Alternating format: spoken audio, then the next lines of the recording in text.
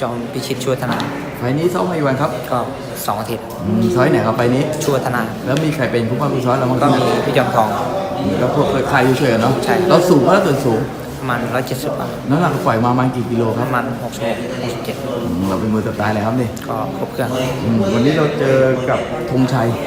เคยเจอเขาไหมไม่เคยไฟแรกเลยแล้วเราได้ศึกษาเกมการต่อยเขามาป่ะก็มวยบู๊ดุดันแล้ววันนี้เราวางเกมวางแผนยังไงดีก็ตามเกมครับ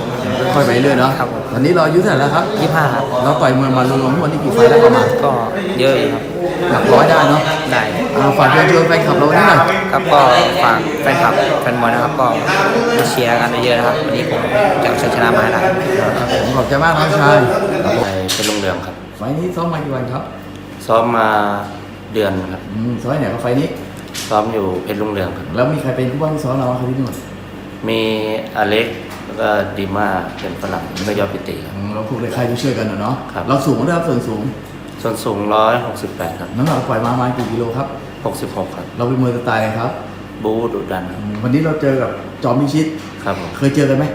ไม่เคยไฟแรกเลยแล้วได้ศึกษาเกมการต่อยเข้ามาป่ะศึกษาครับเขาเป็นมือสไตล์อะไรพอจำได้ไหมฝีมือครับแล้วอย่างวันนี้เราวางเกมวางแผนยังไงดีก็ต้องบู๊บีเขามาครับค่อยไปเรื่อยเนาะแล้วน้องอายุเท่าไหร่แล้วครับตอนนี้